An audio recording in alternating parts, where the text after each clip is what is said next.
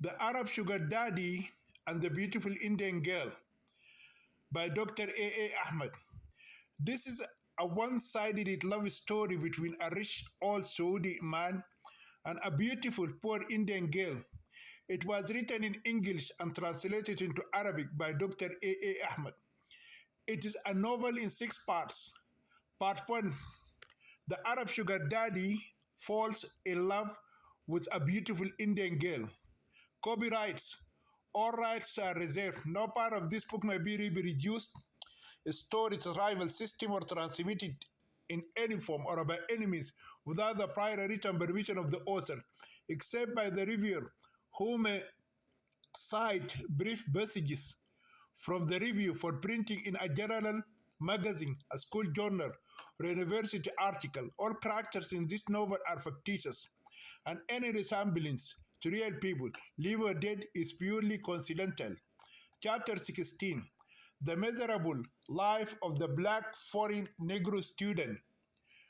The foreign interpreter of the travel agency, who is a so-called fucking black Negro slave, Babikir Hussein Osama, is another miserable employee of the son of the devil, Mr. Muhammad Khan. His dire conditions are as bitter as of those Rehana, Bulbula, and Jamal. He had a really tough time before he came to work for the travel agency. His cousin had sponsored his education in India a little over a year by sending Babikir money every month from him to study at the University of Bombay. The cousin used to work in the rich Gulf country of Kuwait. After the ruthless tyrant Saddam Hussein's troops invaded that small Arab country, the cousin, like many foreigners, ran for their lives and returned to Sudan. Here we must remember the case of the handsome Christian Bobby, a friend of the beautiful Indian Christie, who in turn fled for his life outside Kuwait and returned to India empty-handed and went to work again in a small hotel in Bombay. But as we know, his sweet teenage friend Christie was forced, due to her difficult circumstances, to marry the Arab sugar daddy, the lustful old geezer Sheikh Ahmed. And then what happened when she became filthy rich? She divorced him, married her Indian lover Bobby, and when he came to her mansion, she kicked him out with her shoe on his dirty ass. Likewise, Babikir's cousins left behind everything he had earned during his years of employment in Kuwait. After he lost his job and returned to his homeland empty-handed, he was no longer able to send money to his cousin Babikir in India. He wrote a long letter to him and told him to forget about continuing his education in India and return to Sudan. Babikir had already finished 1 year and he had 2 years left before he could graduate and earn a university degree in business administration. He knew it would be a disgrace to his poor family for him to return to Sudan without a university degree. At least with a degree in English medium, he could find a good job in one of the rich Gulf countries and make a good fortune. After his cousin lost his job and returned to Sudan, Babikir found himself at a loss as to what to do. He discussed his problem with his Sudanese friends. Some of his friends advised him to return to Sudan, and some told him to continue his studies and that he might be able to rely upon whatever little help he could get from other Sudanese students. Babikir followed the latter advice and began to depend on others to feed him and pay for his tuition fees. But then he soon discovered it was not a pleasant experience to depend on the charity of others. He had no place of his own, and he had no control over what he would eat or the ability to wash and wear suitable clothing. He found himself to be a heavy burden to the other students. Sometimes some of the Sudanese students rebuke him for not caring for his own financial needs and always asking for food. It just so happened at that time that Sheikh Faiz bin Ahmed was having a problem with his fairest Indian wife, the lovely Christy, who had cheated on him and stole his money, kicked him out of his affluent residence, and married her boyfriend instead. After he had been kicked out of his huge mansion in Bombay and warned by the cops if he came close to his ex-wife's palace, he would go behind bars forever. The old Saudi came to the international students' hostel and asked the foreign students who were from some Arab countries to help him in his fight with his Christian wife. All the Arab students collectively advised him to forget about his Indian ex-wife and his stolen property and money and return to his country. The only one who stood by his side and helped him was Babikir. He told him the best way to fight the case was to hire an attorney to petition the court and ask for the judge to reverse the decision of his cheating wife. He even went with him to his court hearings and translated the proceedings for him. At this fork in the road, a kind of mutual friendship between the Sudanese student and Sheikh Faiz bin Ahmed commenced. Babikir predicted that the old geezer might not get a positive result in court, but he convinced him to try anyway. At that time, Sheikh Ahmed came to know about Babikir's serious financial problem and has helped him to get a job with his Indian client. Sheikh Faiz bin Ahmed and Mr. Muhammad Khan have known each other since the time the latter used to work for the former as his chauffeur in Jeddah city in the Kingdom of Saudi Arabia. For many months, Babikir worked as a translator and clerk at Muhammad Khan's tours and travels. He was then able to pay his tuition fees and housing fees at the foreign students' boarding school and was able to eat what he wanted it to eat and wear the clothes he wanted it. Not surprisingly, when he had been caught lying about the missing maid servant Rehana Khan and got insulted and fired by his audacious boss, his financial troubles started all over again. He still has one more year to study in India before he could graduate from Bombay University. On the day Muhammad Khan humiliated him in front of all the employees, it was too much for him to bear. After being insulted, spat upon, and kicked out of the office, Babikir felt like a complete failure. He went and sat on the seashore all alone by himself. He wept so much and wondered why life for him has to be so hard. He does not want to go back to begging his Sudanese friends for food or to help him with his tuition and expenses, but he also wants to continue his education and return to his country as a university graduate. Man, what troubled his heart most of all was that he would not be able to see his Indian girlfriend whom he loves, but she does not love him. Jamila deliberately has led him to believe she loves him too. He is truly being confused and misguided and quite often asks himself many times, she never says she loves me. And if she does not love me, why does she keep accepting my costly things and other food? Because he has only one eye and because of the black color of his skin, Babikir knows inside he will not be able to get a good-looking Indian girlfriend.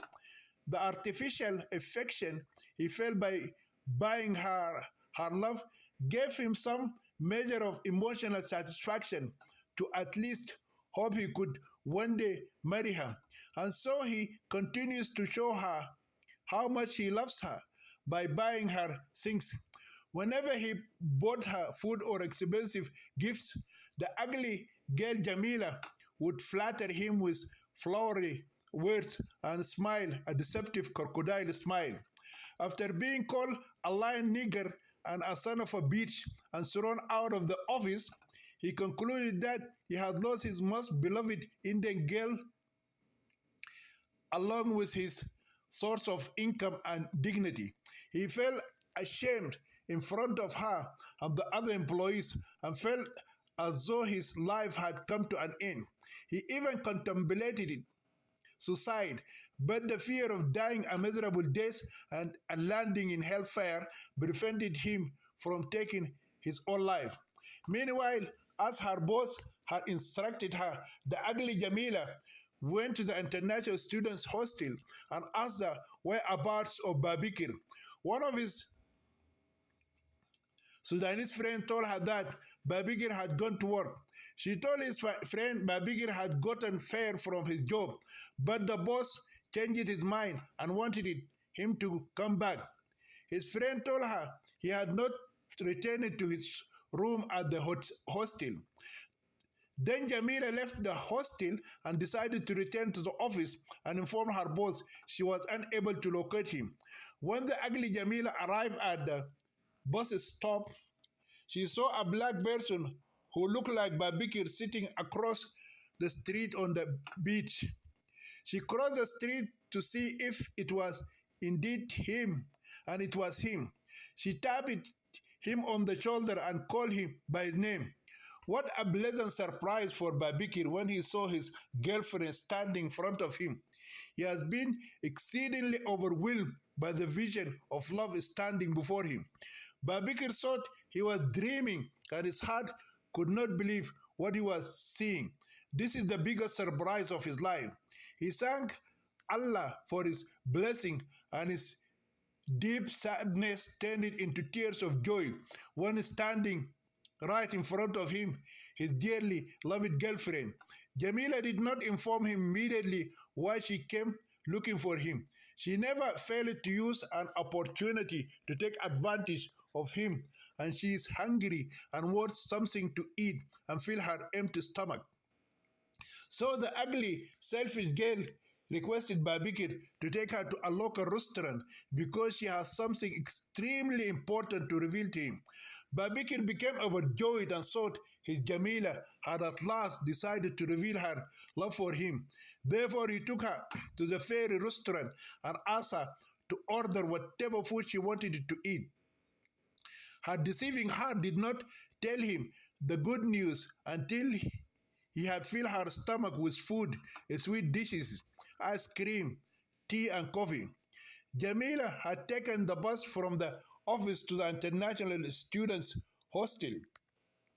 But she lied to Babikir and told him she had taken a taxi. She said she does not like to travel by bus or a local train because male passengers always sexually harass her. Accordingly, to protect his ugly Jamila from being sexually harassed by lustful male passengers, Babikir flagged down a taxi and traveled with mean girlfriend back to their workplace.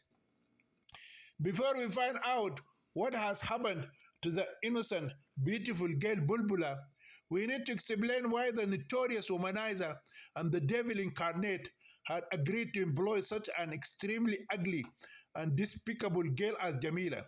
If he could, then he would not have allowed such an ugly girl to work for him for free. He would not have permitted her to work as a female janitor in his private agency. And also, if he could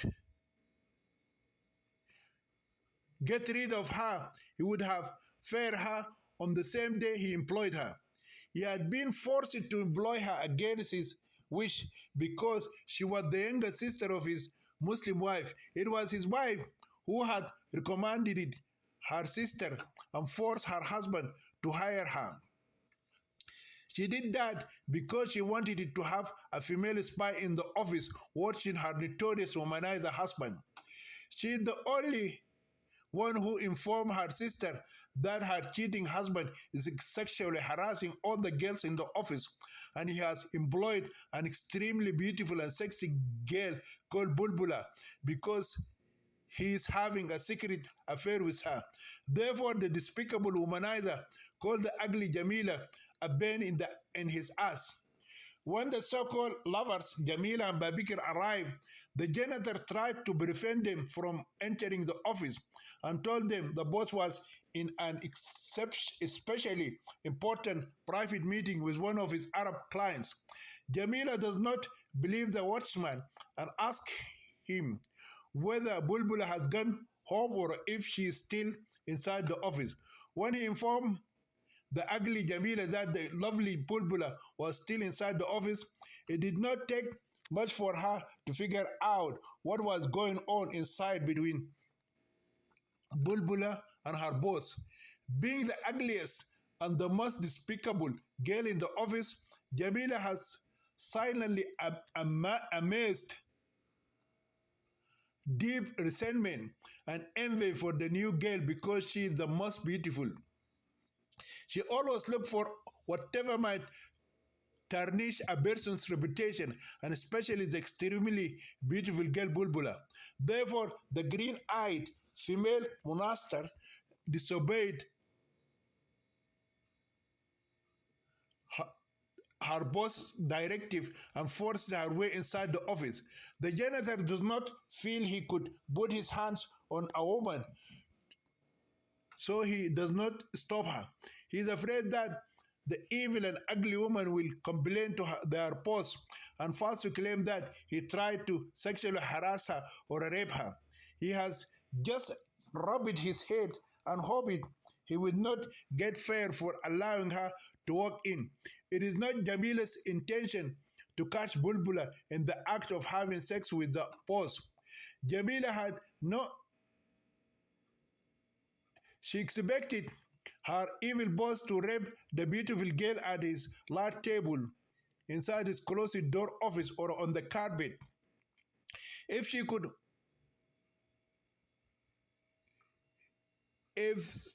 drop and hear the act of adultery in progress, this would make her story more convincing to the other girls who were employees. As soon as she entered the office, she found Bulbula sitting in her chair, crying with her face in her hands.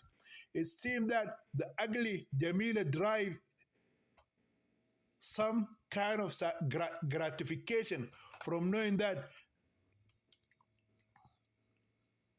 the beautiful new girl was now a sex slave. Chapter 17. The capture of the prime suspect. The other 5 employees took more than 5 hours to accomplish their search mission for the prime suspect Jamal Khan. It took them 2 hours to travel from Kulaba to Lokanwala Chol houses. It took them another hour to find Jamal's small Chol house. When his 3 sisters were questioned, they reported that their brother Jamal went to Bombay International Airport on the Friday evening and had not returned since then. They also said that their brother informed them that his boss, Mr. Muhammad Khan, asked him to go to Bombay International Airport and help a young Indian woman named Rehana Khan.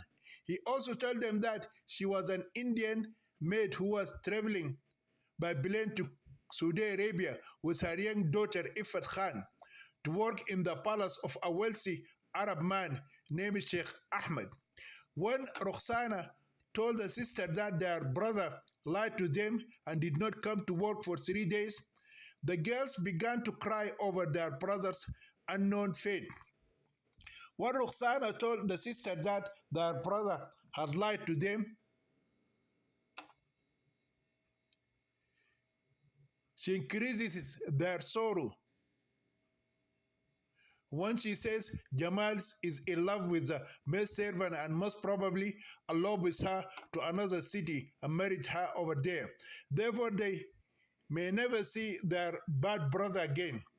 The jealous girl, Roxana, has felt vindicated by this new information confirming her story of events. She concluded the handsome Jamal had run off with the beautiful maidservant Rohana to another city and forsaken his family because he decided to marry her and settle with her in that city. Without asking any further questions, the 5 employees left the family of Jamal Khan and traveled back to Kullaba, having successfully fulfilled this most important search operation. Carrying the findings of their investigation, the burden of Jamal's life is little less burdensome than before. Since he could not be found, his life is no longer in their hands. When they arrive, they are surprised to find the so-called fucking lime black Negro boy Babikir is sitting inside the office with the 2 girls, the ugly Jamila and the beautiful Bulbula. They have decided to ignore their curiosity concerning Babikir being back at work and concentrate on the serious case at hand. They have to relay the news of their mission, which is much more important than the so-called black Negro boy. Roxana picked up her phone and dialed the number of her boss. She's eager to convey the bad news to her boss as proof positive. Her story about Jamal Khan and Rehana Khan having a love affair and eloping together is indeed true. Surprisingly, her boss has not responded to his phone. She waited for some time and tried again, but without any result. Then she called his cell phone. When the boss does not respond to his cell phone either, the jealous girl Roxana begins knocking on the door to his office. She could not hold the information inside her for it is boiling up like steam inside a tea kettle. She wants to get rid of this fire burning inside her before it explodes and drives her insane. The jealous girl is also interested in the handsome boy Jamal, but he always ignores her. He is the most handsome guy in the office. The envious girl Roxana felt crushed when the most handsome boy repeatedly avoided her efforts to have a love relationship with her. Although she is neither as pretty as Bulbula nor as ugly as Jamila, she is still a slim girl and has average beauty. An Indian wise woman said in a television interview in Bombay that an Indian girl is either beautiful or ugly, and there is no average beauty between them. The envious girl, Roxana, comes in the beautiful girls category. When the slum woman, the beautiful maidservant Rehana Khan, came and stole Jamal's heart, Roxana's anger knew no limits. She had waited for a time like this to avenge her rejection and a broken heart. Roxana knocked and knocked on the door of her boss many times to no avail. She thought maybe she could go in and see what the problem was. She consulted with the other 7 employees. Some warned her about the danger of venturing inside the tyrant's office without his permission. Despite this warning, her best friend Tahira supported her decision to go in and promised to go with her. So the boldest girl Roxana went back to his office and started to turn the knob on his door. She gently pushed on the door and it began to sway open, cracking on its hinges. She cautiously walked inside her employer's office and the girl Tahira was at snail's space right behind her. They could not believe their eyes. The evil boss is sleeping on top of his huge table in his office and half naked. He is lying there like he is dead without his shirt, trousers, and shoes. He is only in his Playboy underwear. There is a strong odor of alcohol that makes it apparent the reason behind this strange and debauched behavior. He had never drunk before in the office. He had never slept before inside his agency. And he had never removed his clothing to such an extent, and this is by far a new level of unholiness. Roxana and Tahira could not believe their eyes and were dumbfounded by this despicable view of vulgarity. They went and summoned all the other 6 employees to come quickly and showed them the state of raunciousness their unholy boss is lying in. The 8 employees then decided to conduct a group meeting and discuss what they should do about this dirty boss. Should they leave him sleeping in the office and go to their houses, or should they try to wake him up? The majority of the group supported the decision to try and wake him up. Roxana shook him lightly at first to rouse him, but this did not work. The others joined in shaking him more aggressively, but he continued in deep slumber. For a moment, they believed no one could sleep that soundly unless maybe he was dead and landed in hell. They rapidly dismissed this notion as an improbability, since he was snoring so loudly that they thought he was in hell, being tormented for his many sins. Do they leave him sleeping in the office and go home, or do they try to wake him up? The majority of the group supported the decision to try to wake him up. Roxana shook him lightly at first to wake him up, but this did not work for her. The others joined in shaking him more forcefully, but he continued in a deep slumber, as if he is a dead corpse. For a moment,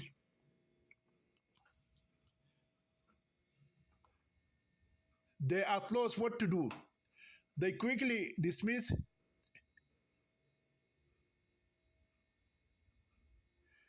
the idea as unbearable because he was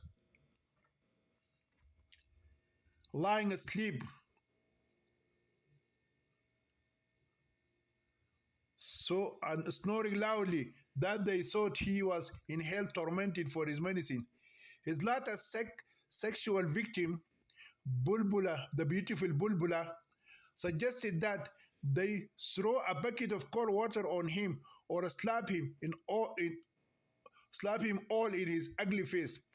She even suggested kicking him with their shoes on his fat belly and mutilating his dirty circumcised dick.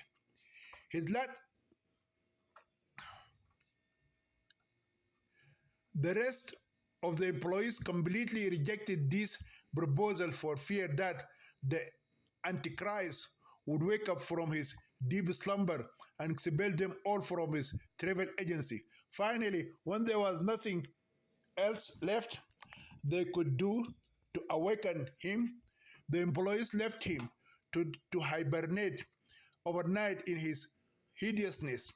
It was more than 1 hour after closing hours when they came to a meeting of minds and determined each one of them should leave and go to their separate homes, and maybe in the morning this would have all been a bad dream. In the meantime, the devil incarnate Muhammad Khan slept throughout the night. He did not awaken from his alcoholic-induced coma until his employees came back to work the following day and woke him up. His consumption of good whiskey seemed to have caused him to fall into a comatose state for several hours. He did not know whether it is day or a night until the girl Roxana told him the day's name and the exact time. His office is reeking of a foul odor and his body is smelling like a beggar who has been lying in the sewer all night long. Even a person who drank the strong daru might not be like him, unconscious of the world around him. He also complained about a terrible headache. He commanded the employees to leave his office at once, and then he struggled to redress himself. When he put on his clothes, he began to look like a fat gorilla that put on a human clothing. He came out of his office to breathe some fresh air and sat with the employees. Then the envious girl Roxana began to narrate to him their search mission to Lokanwala Chol huts and disclose their findings of the missing lovers, Jamal and Rehana.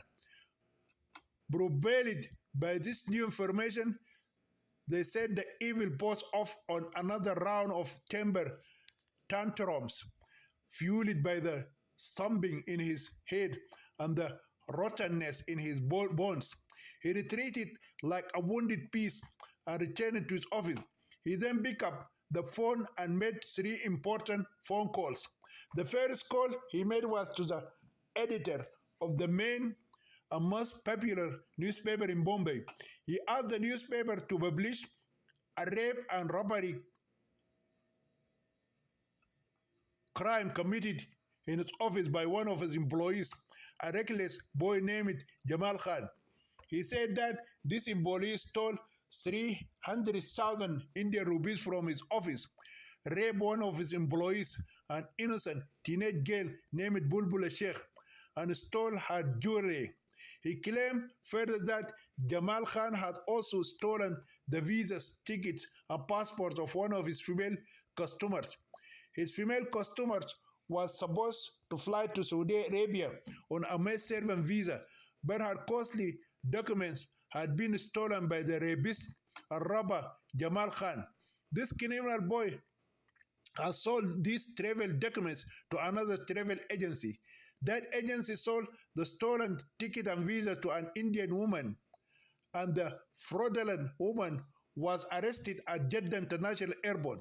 She is awaiting trial in an Islamic court, and if she is convicted, which is likely to happen, her right hand will be cut off as a punishment for theft according to Islamic law. Mr. Muhammad Khan promised to pay 10,000 rupees as a reward to the person who provided it information leading to the whereabouts of the criminal Jamal Khan to him personally or to the nearest police station. After requesting this service announcement be made public, the despicable canine called the police authority and reported the same alleged case of rape and robbery in which he implicated the same male employee.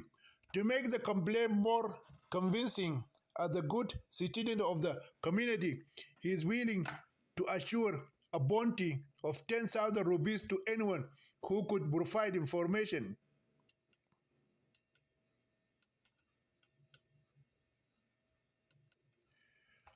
about locating this notorious criminal, Jamal Khan, where they may be found. He then gave full detailed description of the fugitive criminal. Lastly, the best friend of the devil, Muhammad Khan, called a notorious Muslim gunda or a ringleader of a gang who usually does his dirty work and promised to pay him 15,000 rupees if he would find Jamal Khan and bring him to his office while he is bound in fetters and chains. After making these 3 most essential calls, the nasty smelling Berana came out of his office, and then he ordered his 8 employees to go clean up the filthiness in his office made from his previous day of gluttony. After that, he called the janitor and ordered him to bring him a kettle of black coffee. When the boy has brought him the kettle of coffee, his head is still rumbling inside and stars are circling in front of his eyes. He gulped down half the kettle like it was just what his family doctor ordered. He then sat in the chair next to Bulbula's table and raised his legs and blessed them up with one leg on top of the other, then closed his eyes to relax. After about 10 minutes, he felt some relief from his alcoholic effects and satisfaction that the wheels of revenge on Jamal Khan had been set in motion. Meanwhile, Mr. Muhammad Khan sat alone in the other office while his 8 employees worked as slaves to clean his dirty office. His eyes were closed and his legs were resting on the table of his latest sexual victim, the beautiful girl Bulbula Sheikh, when he suddenly felt someone grabbing his left leg and shaking it violently. His entire body was sent into the air and he landed about 5 feet from the chair he was sitting on. His large, bald head hit the hard floor with enough force to split his skull in half. When his big head hit the hard wood floor, it made a loud thud as if someone had pushed him off a 10-story building and landed below on the concrete asphalt road. The rest of his fat body fell to the ground like a dirty dump truck unloading 2 tons of garbage. Scream and scratch, "You bloody murderer!" He saw someone was trying to kill him. A terrible pain shot through the back of his spine like an electric shock. The agony and pain are unbearable. It took him a few minutes to get over the shock of his body being turned upside down like a roller coaster, hit by a huge waves that tumbled it over into a sea of dark waters. He became very angry and decided that whatever did this to him, he would kill him, even if he was the accursed devil. He knows that none of his 8 employees could dare attack him inside his office, even if he were dead. Then his all rotten body was quickly forced to stand and scramble to his feet. He turns to attack his attacker. He has both feet ready to fight with anyone, even if the attacker is Satan with his horns. However, his attacker is more than prepared for a counter-attack. Muhammad Khan stopped his fist midway when he saw a large black pistol pointed at him. The assailant said, waving his police ID card with his left hand while holding his gun in his right hand, "I am Police Inspector Guru Aurobindo Shankaracharya." If the outraged Muhammad Khan had hit his target, he would have been shot dead inside his agency. But at the last second, he somehow managed to control his fists and surrender to his attacker. "Mr. Muhammad Khan, you are under arrest," the police inspector shouted again. Chapter 18. The Muslim Policewoman of Allah. An African wise man said that the sin of the rich is pride and the sin of the poor is envy.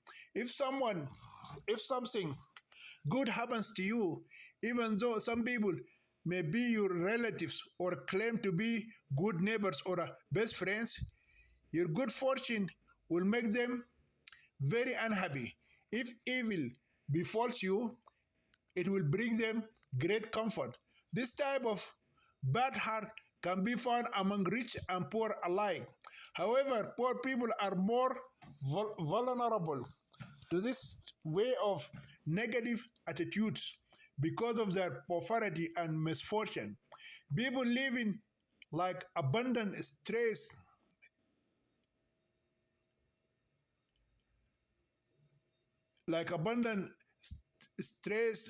in the slum huts of Bombay stuff it like eggs into crats or crush it like sardines in cans. Certainly suffer from this kind of greed and jealousy. Only a miracle or extraordinary design can free or a destitute human being from this miserable life. We saw how the good fortune of the beautiful Rehana Khan in her life brought her out of the grave in which she had lived for a long time with her late husband, turning her into a colorful butterfly and leading her to spend the happiest days of her life in the company of her handsome man. Her lover Jamal Khan on the city streets and sandy beaches of downtown Bombay.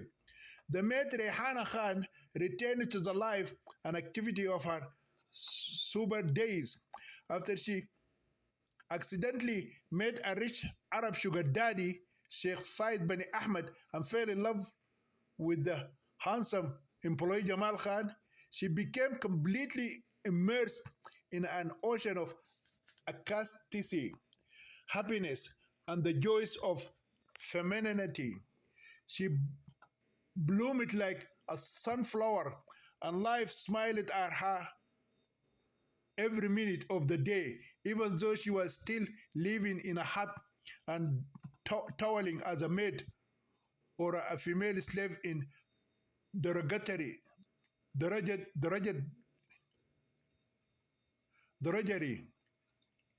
Everyone around her in the slums noticed a sudden change in the way she walked, the way she spoke, and the aura of being around her.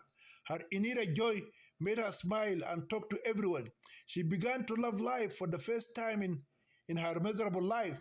Before that, she was desperate and unhappy, dealing with her husband's suicidal days and carrying the heavy burden of 10 mouses to feed on her own.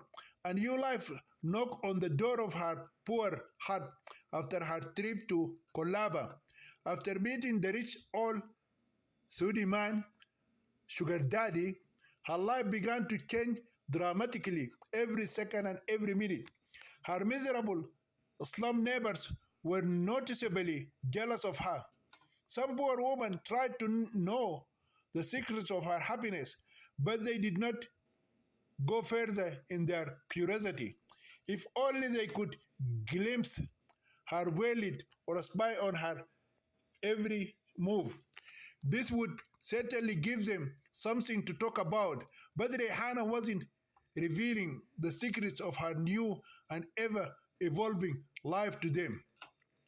Also, a Muslim woman like Rehana could not bear to see her wearing beautiful clothes every day and leaving her poor hut early in the morning and returning late at night.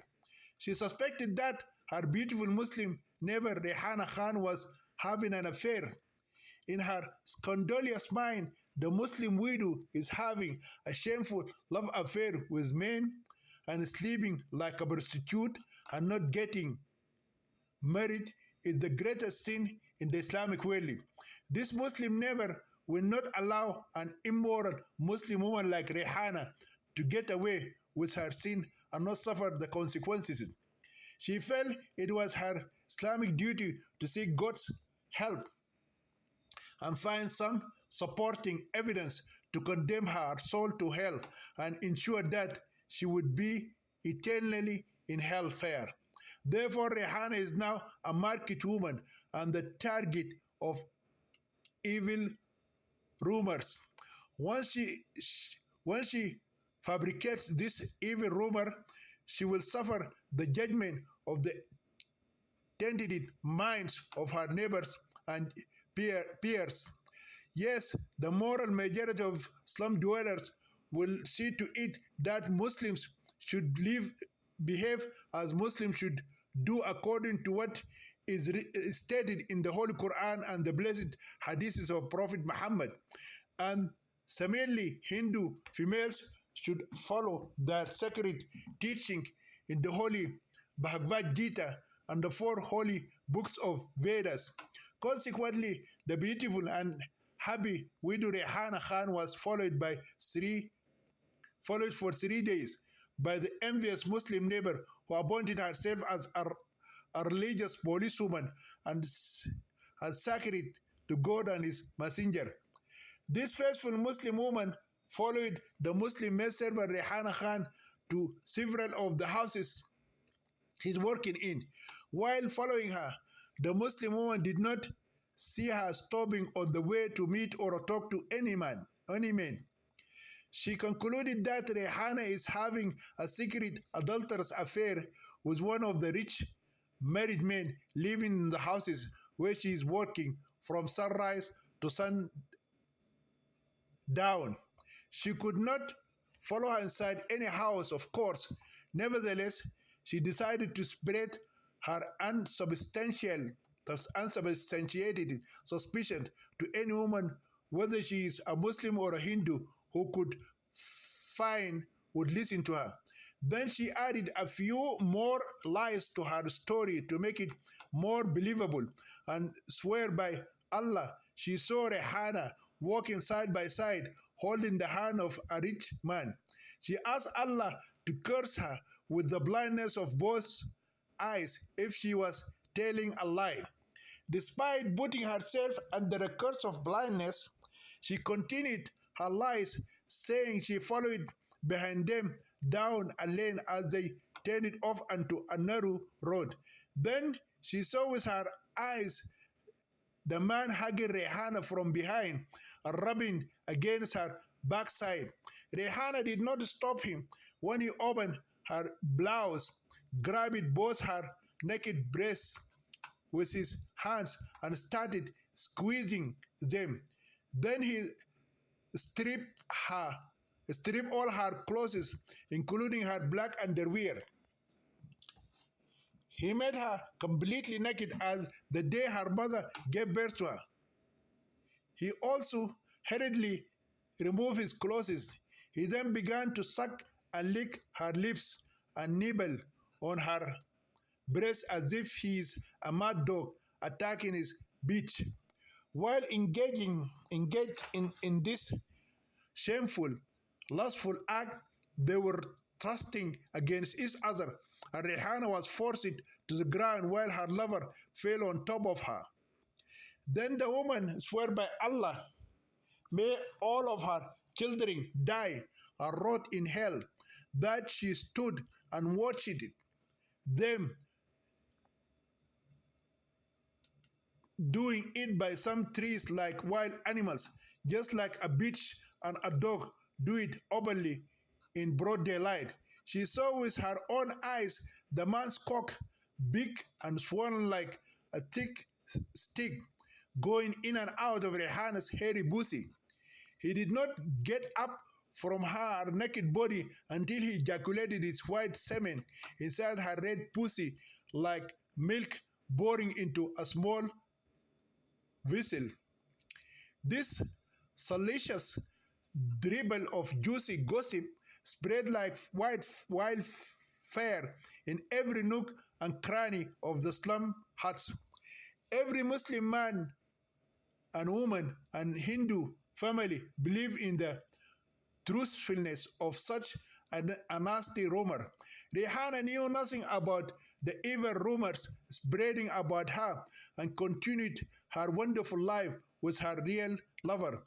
If her jealous Muslim neighbor knew about her cuddling and kissing on the seashore with Jamal Khan at Marine Drive, she would have had a real picture of what was going on. The Muslim woman would not hesitate to pay a small fortune to have someone take pictures of the beautiful Rehana kissing, hugging, and caressing sexually in Jamal's arms so that they could be hugging on the racks, so that they could be hung on the racks of every slum hut. These rumors did not affect Rehana at all.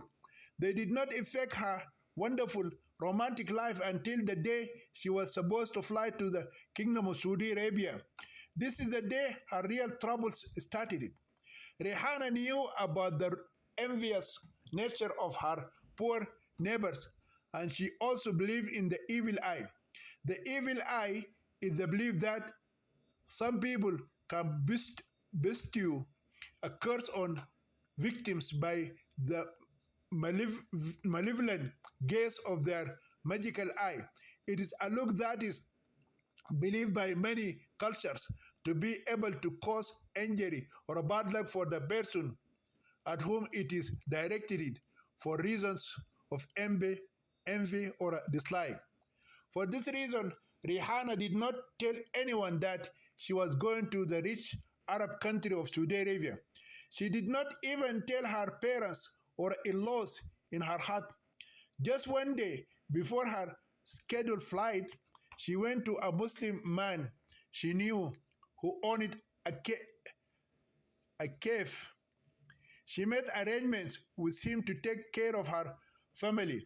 She told him that she was traveling to Saudi Arabia with her young daughter, Ifat. She then said she would send money to her children and parents through him and promised to pay him some commission for his services.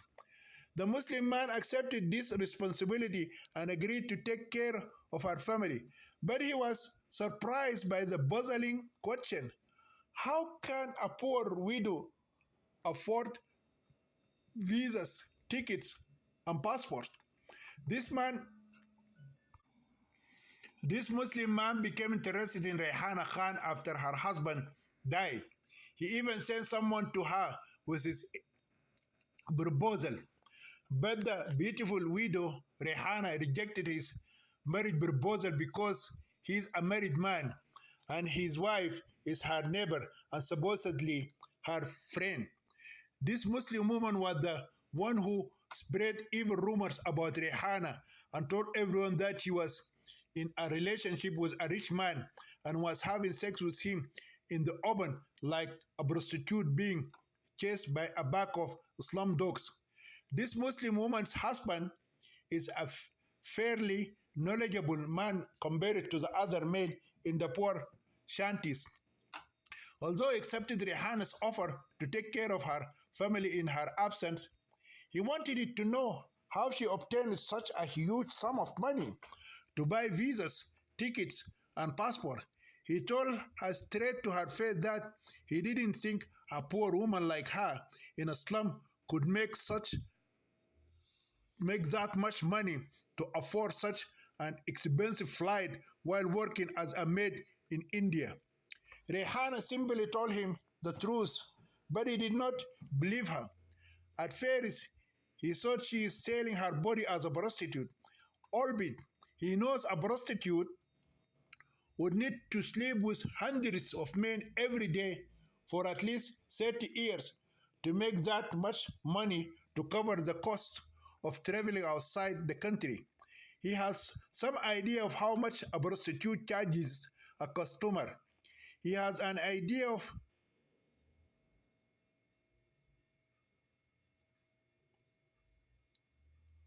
he has an idea because he had an idea of how much a hooker charges a client for occasionally a working girl would come to his tea shop to offer her services in exchange for the price of her pussy. Whenever a prostitute showed up, he hired her to sleep with him inside the tea shop. Therefore, he seriously doubted the possibility of Rihanna was able to pay for visas, tickets, and passports with money she charged for selling her body like a hooker to the guys she's working with. These questions puzzled the Muslim tea shop owner so much that finally he shared this fascinating riddle with his wife. His wife had already spread rumors about Rihanna that were not true, and this goody bag of perplexity added to her resentment and twisted thoughts. When her husband told her about the unbelievable chance of the poor Muslim widow Rihanna traveling to the rich Arab city of Saudi Arabia with her little daughter Ifat, the woman's hatred and envy reached an all-time high. She wished she could burn down Rehana's slum hut with her and her daughter in it to prevent them from leaving to go to some place better like a rich Arab country. The woman used to boast that her husband was alive and had a big tea shop. She looks down upon Rehana because she supposedly killed her late Muslim husband and is a maid servant working like a female slave in rich people's houses. In India, if a woman's husband died while she was still living, people around her, especially her in-laws and neighbors, would say she killed her husband. Hindus go further in their accusations and burn the widowed woman alive along with the corpse of her dead husband. Whether her husband got killed or killed himself or died a natural death, she would be accused as she had killed her husband, and she would be treated as a curse and bad omen. The evil practice of the Hindu sati rite is considered a religious obligation. If the widow refused to practice sati by burning her body with the corpse of her dead husband, she would be treated by her late husband's family as a curse. Her head would be shaved and she would be prevented from wearing shoes and colored clothing. She would be kept in a small room in the basement. A bald and shoeless widow, people will not look upon her to see her face. For them to see her face is a bad omen. To examine more closely the bitterness of Rehana's Muslim female neighbor, her jealousy did not allow her to sleep the whole night. She stayed awake all night thinking about how to stop her poor Muslim neighbor Rehana and her daughter Iffat from traveling to Saudi Arabia. Her treacherous plotting reached the point where she felt as if she was going to pass open. What upset her most was the fact that Rehana Khan would not only travel to any rich Arab country, but she would travel to the holy Islamic lands where the house of God, the holy Kaaba, and the tomb of the holy Prophet Muhammad, may God bless him and grant him peace, are located.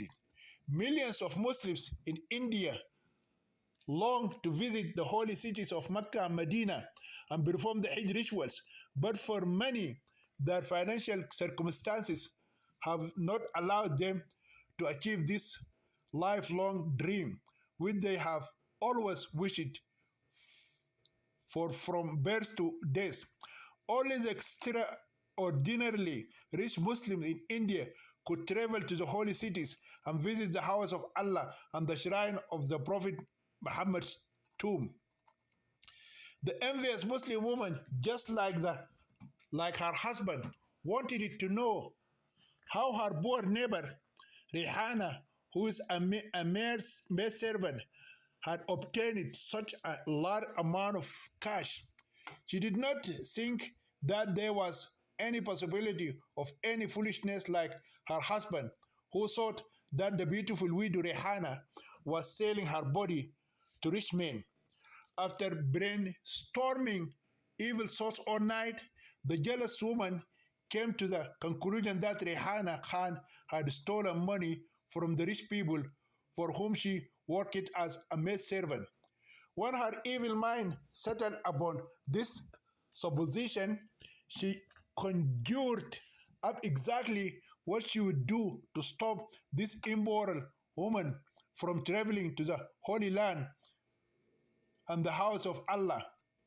She had decided to help her deity and prophet and appointed herself the holy policewoman of Allah.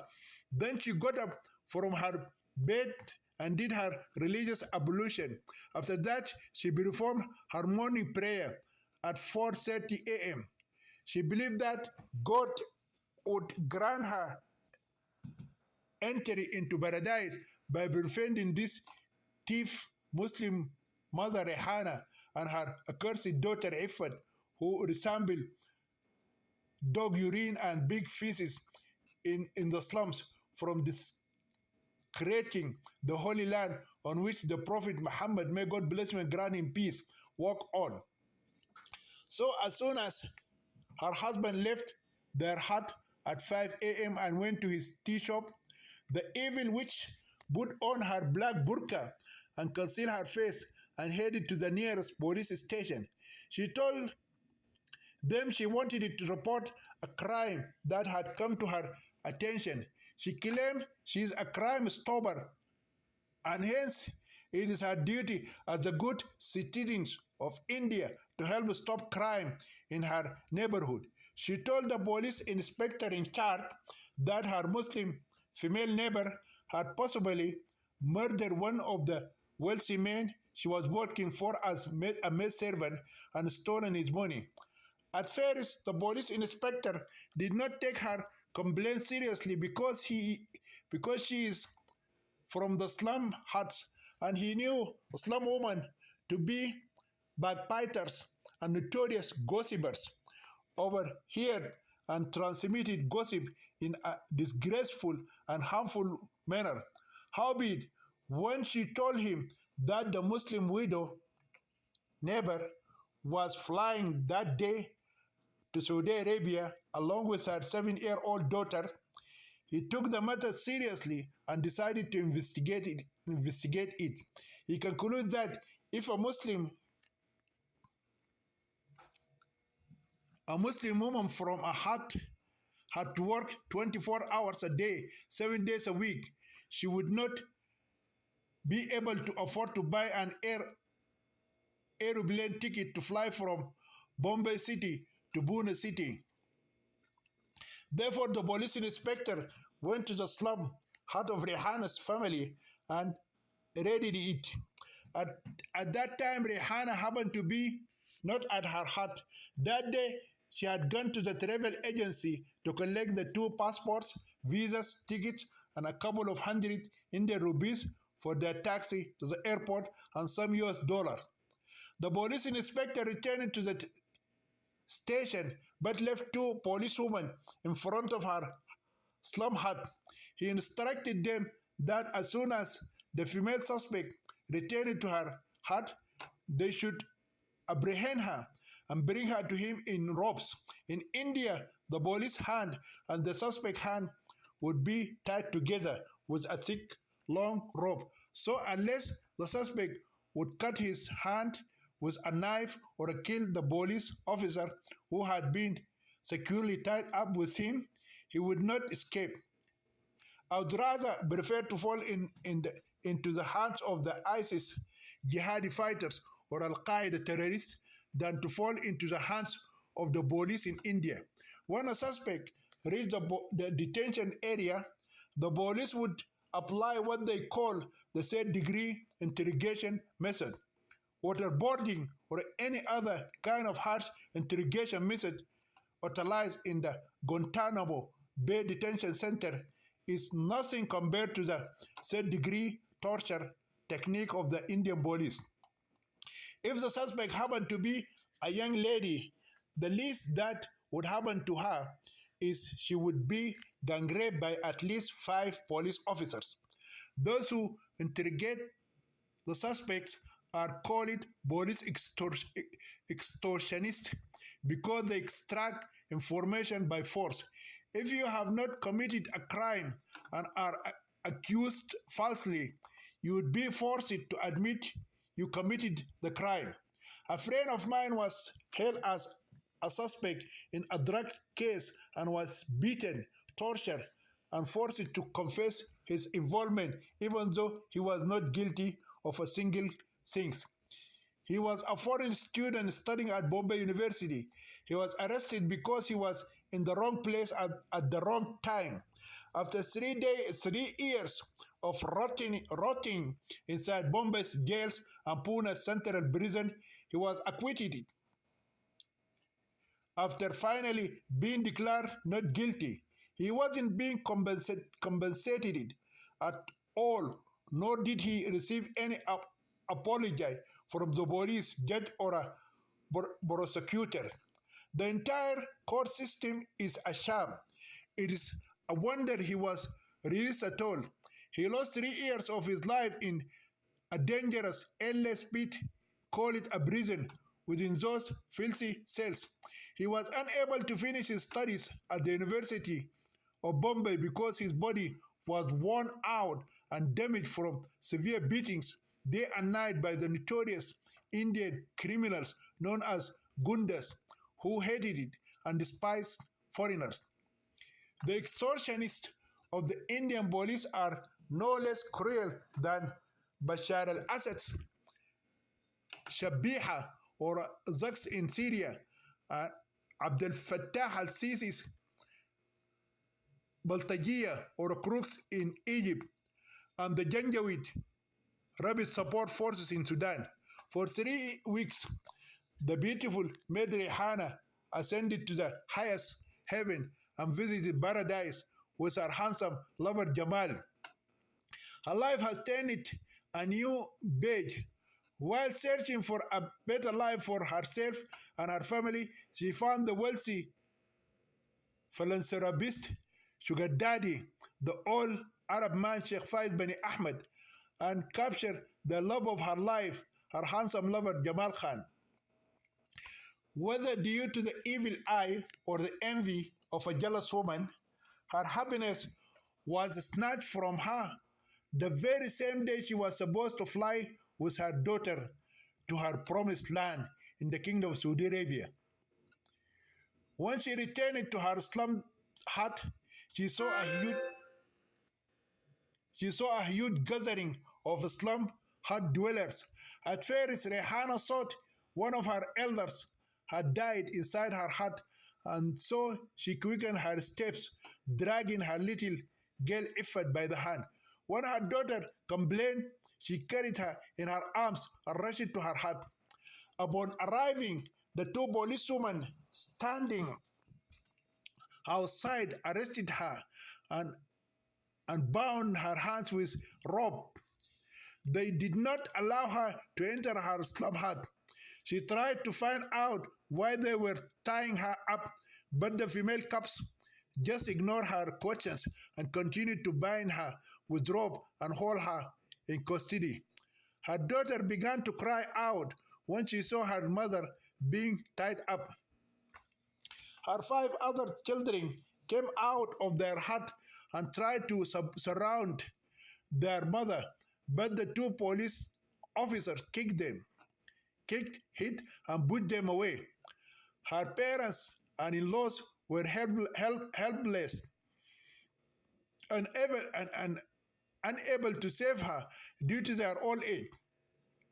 Other 2 policewomen dragged her away like a notorious criminal.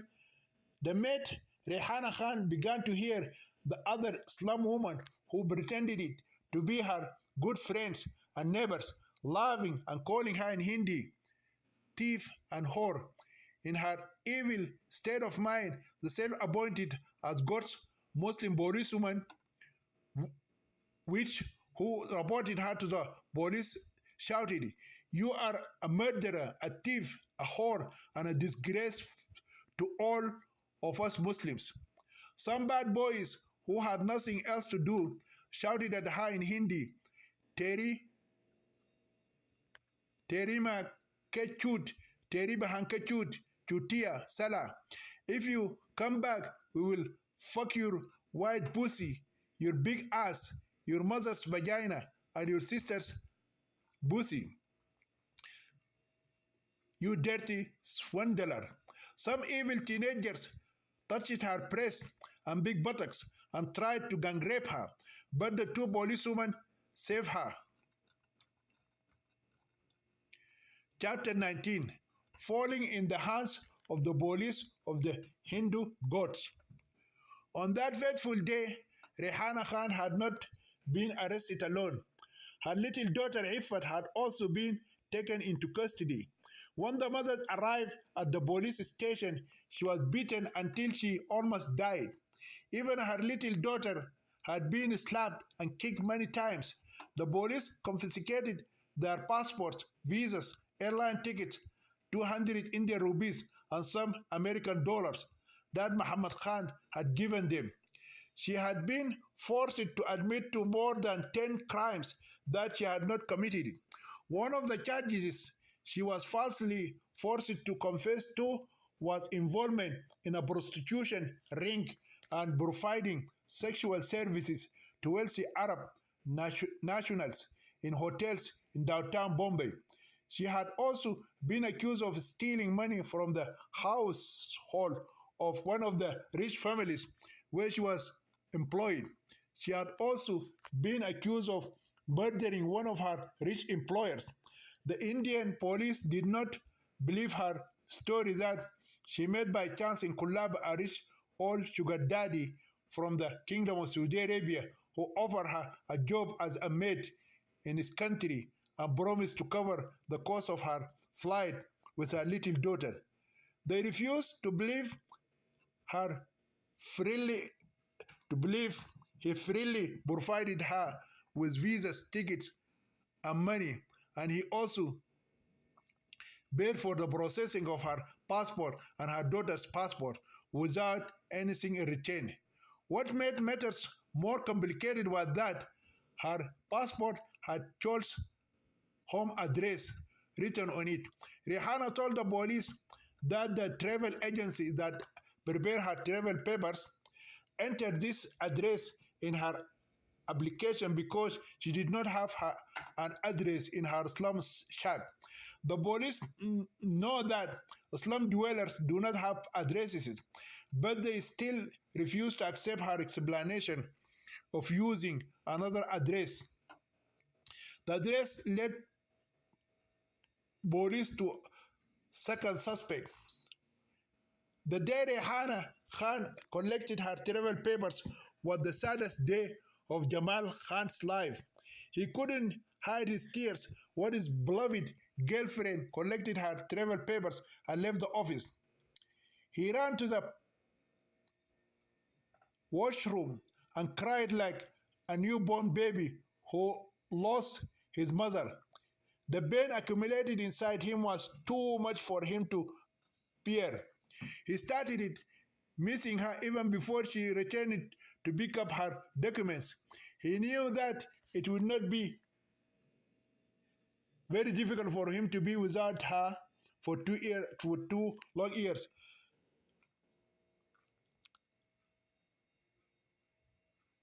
He knew that it would be very difficult for him to be without her for 2 long years.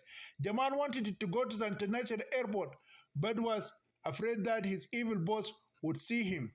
When his boss changed his mind and decided to send the Sudanese boy Babikir instead, Jamal saw a golden opportunity to see his traveling lover for the last time from afar and wave her his final farewell. He returned home and rested until 8 o'clock in the evening. Then he got dressed and told his 3 sisters that he was going to Bombay International Airport because his boss asked him to help a traveling client. She's a young Indian woman named Rehana Khan and her young daughter Ifat Khan, and both of them will travel by plane to the Kingdom of Saudi Arabia to work in the palace of an Arab man called Sheikh Ahmed. Jamal Khan had not gone more than 20 meters from his home chol before 3 policemen stopped him. It is either a coincidence or a bit of bad luck that the cops asked him about Jamal Khan's house. He did not suspect anything bad coming from their side, and he was honest and told them that he was the one they were looking for. The police immediately grabbed his hands and handcuffed him. When he tried to inquire about the reason for his arrest, one of the police men repeatedly hit him on the head with a large pattern until he fell to the ground. The same policeman forced him to his feet and told him if he asked any more questions, they would beat him unconscious to silence him and drag him drag his body to the morgue for an autopsy at a hospital for poor outcasts. Meanwhile, many poor people, their emaciated children, a rabbit, hungry, stray dogs gather around them. They collectively concluded that Jamal Khan either stole money, was involved in drug trafficking activities, killed someone, or raped a young woman and then fled. Therefore, they called him in Hindi the thief, rapist, and murderer.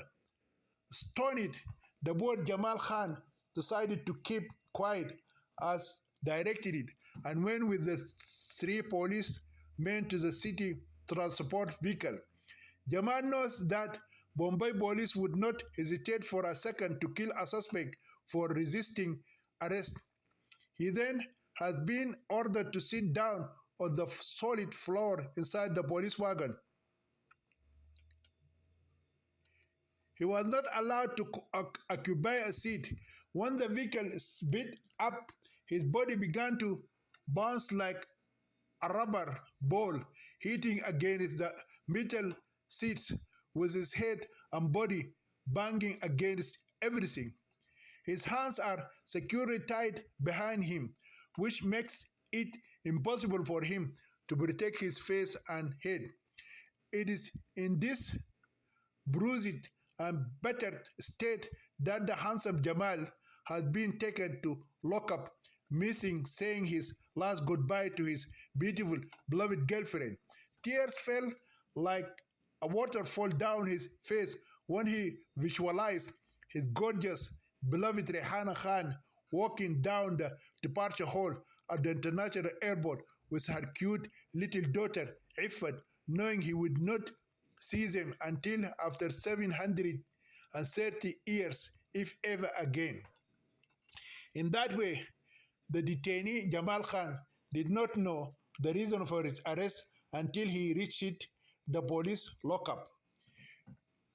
It is Police Inspector Guru Robindu Shankaracharya who applied the brutal third-degree interrogation method and extract the same story he had received from the fairest female suspect Rehana Khan, who is a maid-servant young woman from the Dharavi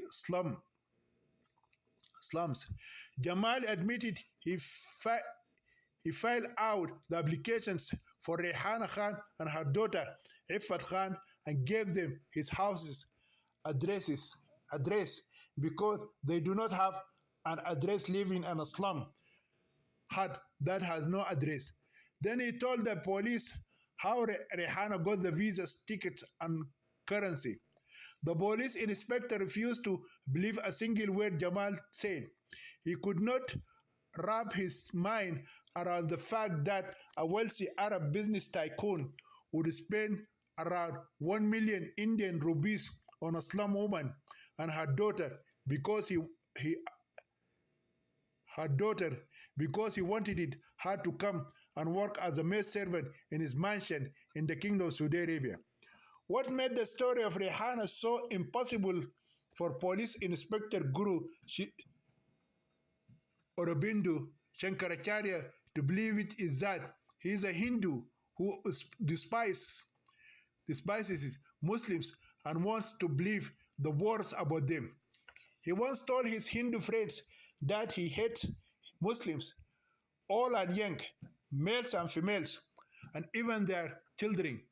He has entered his name into the Guinness World Records when he said he hates with a passion and detests with bitterness the Muslim dogs and their early cats.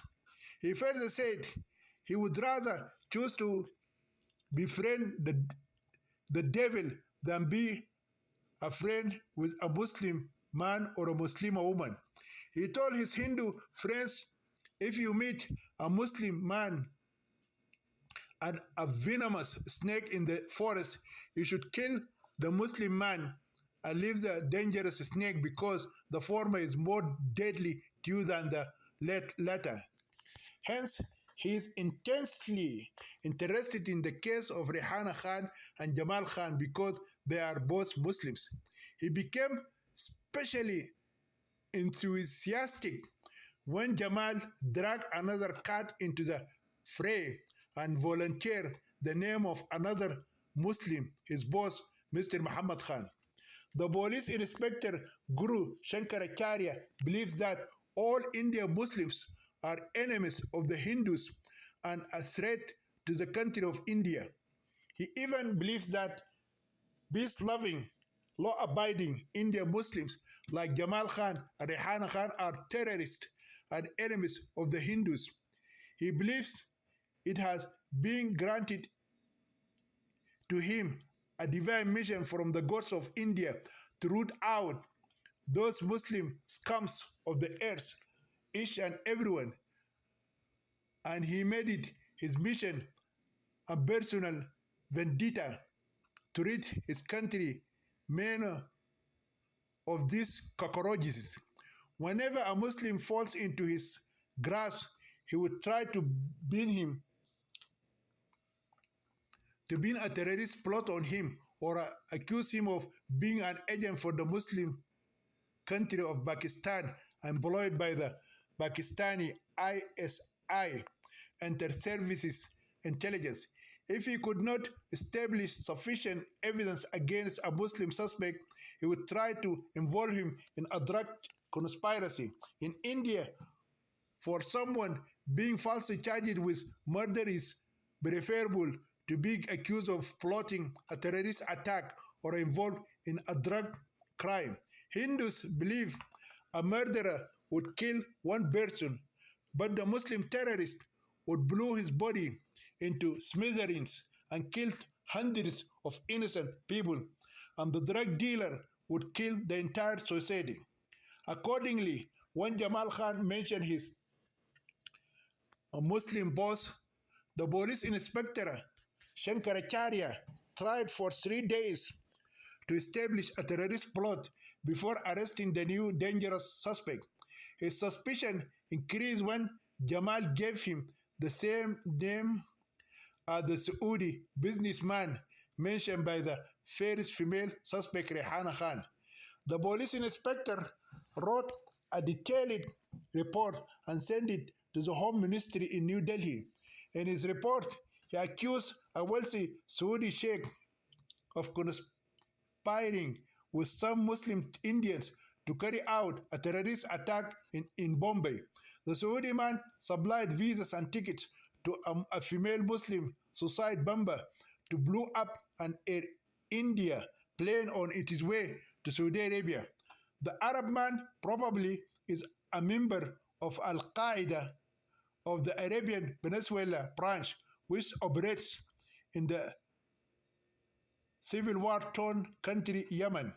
After that, the righteous son of the gods of India, the police inspector Guru Aurobindo Shankaracharya, stole the visas, tickets, passport, and money of the so-called female suicide bomber the same day that she was arrested.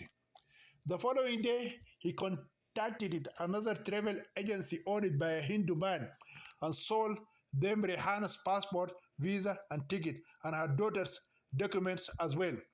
The travel agency removed the photo of Rehana and replaced it with a photo of an old woman. This woman flew to the Kingdom of Saudi Arabia, arriving on the fourth day of Rehana's original supposed departure date, claiming to be Sheikh Ahmad's maidservant. While waiting for a response from the Home Minister, the police inspector Shankaracharya put a tail on the new suspect, the notorious womanizer Muhammad Khan, by enlisting some plainclothes police officer to follow him and gather information about his daily activities. Those undercover spies are Hindus too and wish the wars for Muslims. By the way, India is the only country in the world where people of different faiths or religions who hate each other with bitterness still work together side by side. The spies, following the unsuspecting and clueless Wolf when he left his office to meet his Indian mistresses at their rendezvous,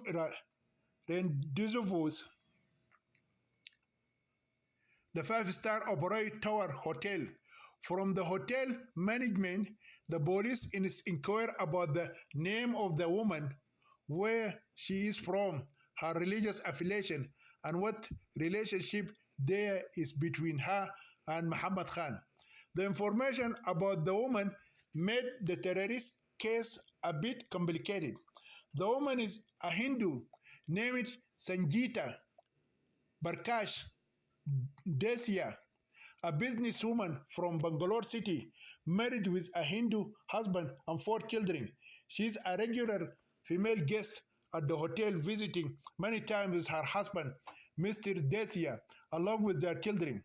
The hotel management also informed the undercover officers that the woman had come alone several times and met with the Muslim man, Muhammad Khan, in her room. The nature of the business being conducted between the Hindu woman and the Muslim man inside the room is unknown to them. The undercover officers followed the suspect from the hotel to his house in the Juhu Beach area. Although the officers cased out the area in front of the suspect's home for several hours, they did not gather any additional information about him from his Hindu friends or neighbors, and they had no way of knowing what transpired between him and his Muslim wife while he was inside the residence. That night, the wife of Muhammad Khan quarreled with him throughout the night and accused him of having an affair with one of his female employees. She suspected that is the reason he is no longer interested in having sex with her anymore, and for a long time. After a few hours, when there was no period of activity and the suspect remained at this location, the undercover Hindu operatives concluded he would not leave again until the next morning. On the following day, the secret agents came early at dawn, watched and waited until Muhammad Khan emerged from his family residence. They followed him from place to place to monitor his terrorist activities until he reached his base of operation. They did not come equipped with surveillance cameras or a monitoring installation inside the stock out location. If they had, they would have captured a drunk lush inside his office, raping a defenseless and terrified, beautiful young woman. Unfortunately, while the wicked, deplorable wild beast was raping and violating his young female employee, Bulbul Sheikh, Spy 1 and Spy 2 were stupidly unaware of what was happening right under their noses. They kept to their stations, standing guard outside as if they were Muhammad Khan's security force and a lookout while he carried out his undercover brutal rape on the beautiful innocent girl Bulbula. The police inspector Shankaracharya received the okay from the Home Ministry on Tuesday morning to go ahead and investigate the terrorist plot of the Muslim female suicide bomber. As soon as he got the green light, he rushed out to detain the last of the Indian Muslim conspirators. He was the one who toppled the evil boss Muhammad Khan off his throne, grabbed him by his left leg and turned him upside down. When Muhammad Khan found himself on the other end of a surprise attack, he got up and attempted to wear off his attacker with his fist aimed right at the attacker's face. If he had reached his intended mark, which was the nose of his assailant, he would have been dead and gone by now. The revolver pointed at his head convinced him to concede defeat, which probably saved his life. His 8 employees ran into the other part of the office where they heard all the commotions going on. They all entered about the time to see their boss's hands had been suspended halfway above his head. They were all shocked when they saw the police inspector pointing a gun right at his bald head. They have witnessed the incredibly wicked boss when he has been grabbed by 4 tough police officers. Then they bound his hands tied behind his back with a thick, long rope and yanked him out of the office like a dangerous criminal. It is unbelievable for them to witness for the very first time the pride and arrogance of their wicked boss, Muhammad Khan, have disappeared into thin air, and he has become as small as a mouse in the mouth of a maned lion. The beautiful Bulbula, which is deep down in her soul, that the insolent violator of her purity, an evil transgressor, would be taken directly to the gallows and hung by his genitals.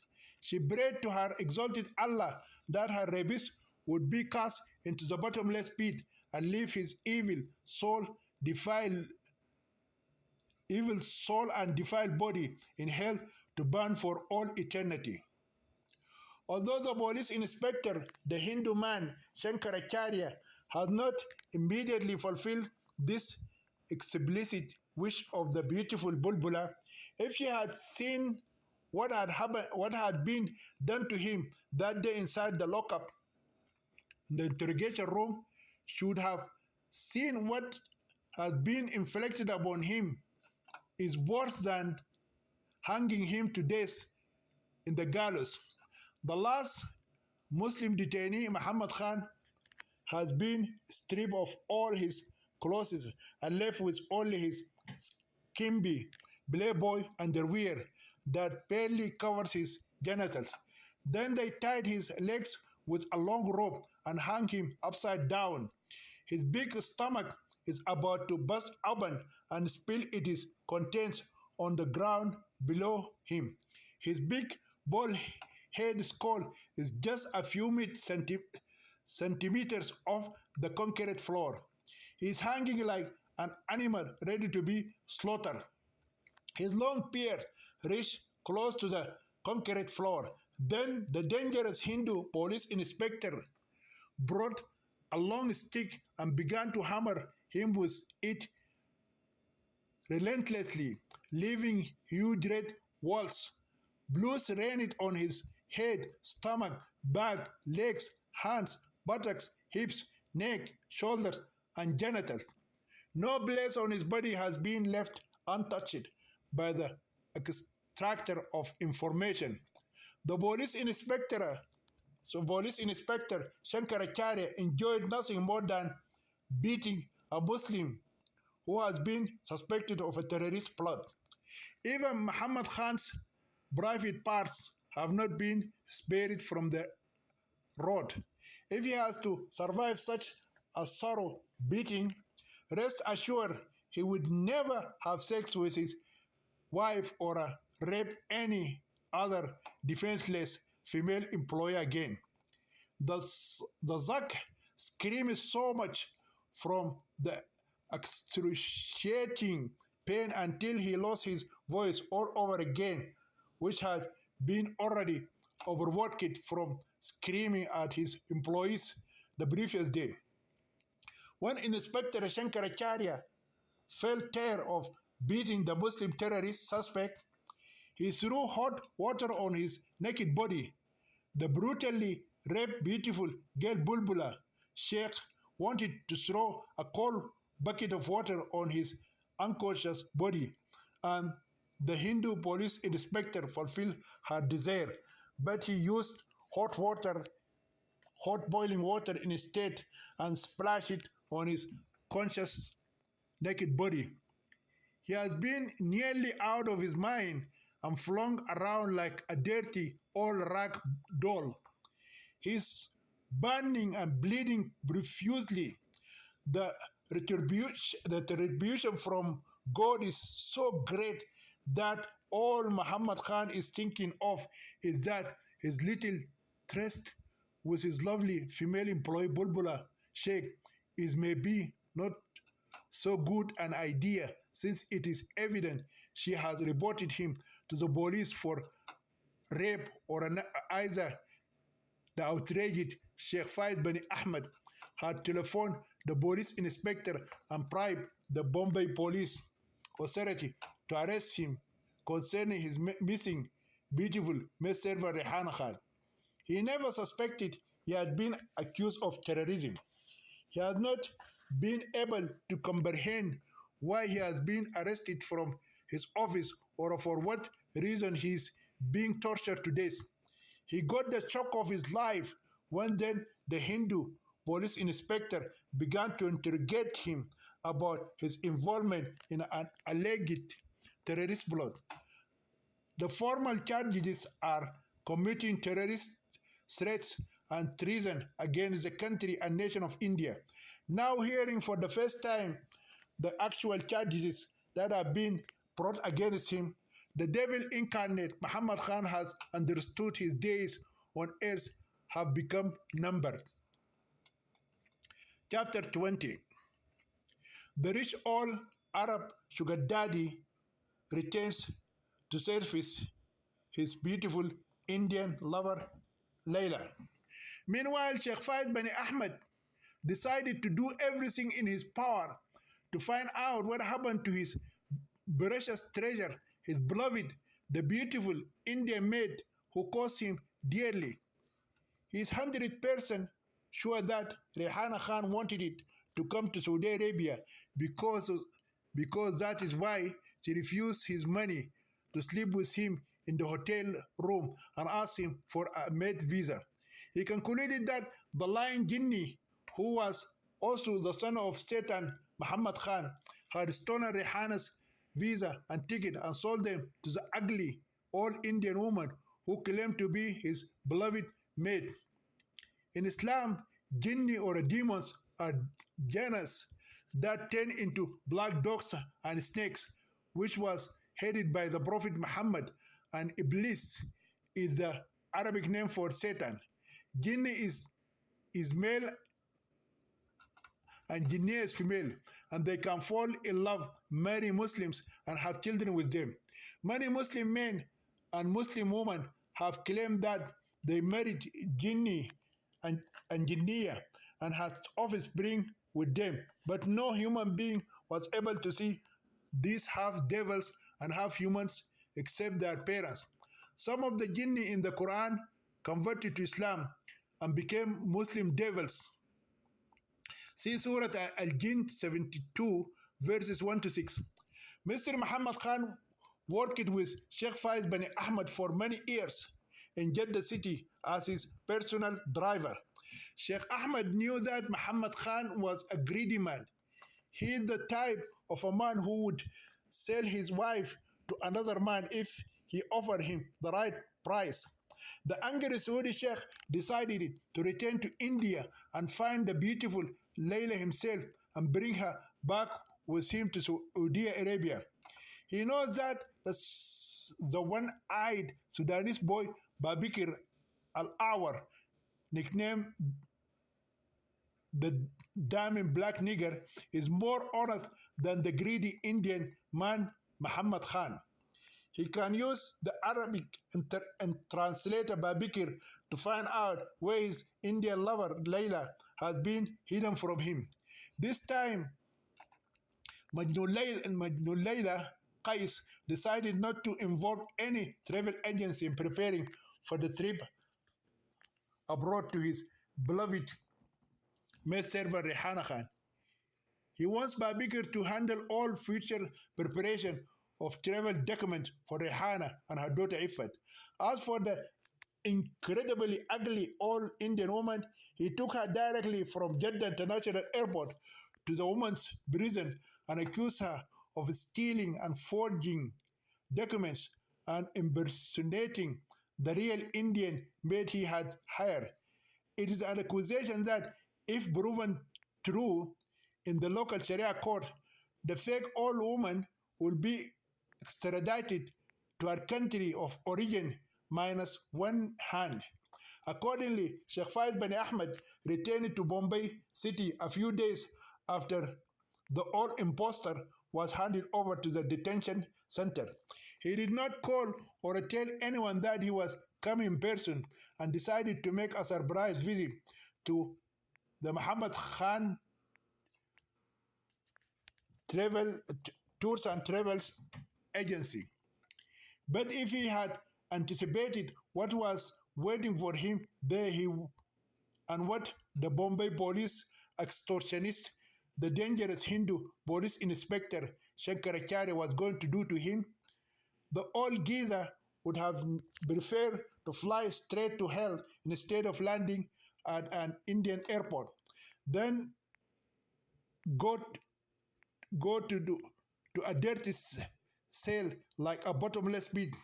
This time, the crazy lover decided that he would not seek the help of the law to recover his stolen money and the beautiful Layla. He remembered what happened to him when he complained against his ex-Indian Christian wife, Christy, who stole his money, cheated on him, divorced him, and expelled him from his palace in Bombay with her shoe on his ass. For months, as he ran from one courtroom to another, while her uncircumcised pussy got fucked day and night by her infidel lover's uncircumcised cock, Bobby. He spent thousands of dollars on endless court sessions, and in the end, he got nothing, and instead, he caught wind. So this time, he will take matters of the law into his own hands and punish those who stole his second Indian lover from him. He has to hire people from the Indian Gundas, who the thugs of the underworld in Bombay,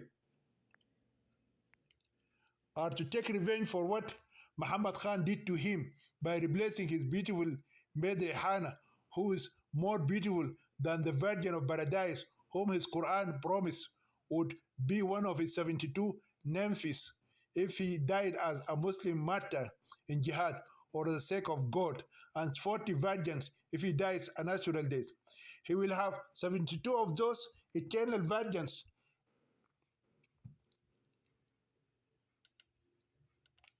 in the garden of paradise and have sex with them day and night and forever.